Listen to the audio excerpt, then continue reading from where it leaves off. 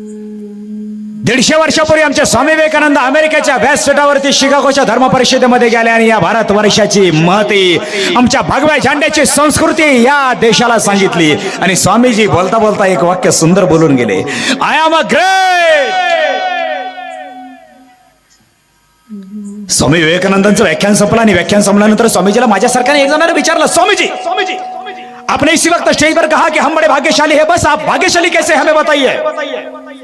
स्वामी विवेकानंदांनी उत्तर दिलं, तुम्ही कुठल्या देशात जन्माला येता? अरे अमेरिकेमध्ये जन्माला नाही तर थायलंडमध्ये, हाँगकाँगमध्ये नाही तर इटलीमध्ये, कुठल्या देशात जन्माला या, पण जो या भारत देशात जन्माला येतो ना तो खरा भाग्यवान. कारण हा भारतवर्ष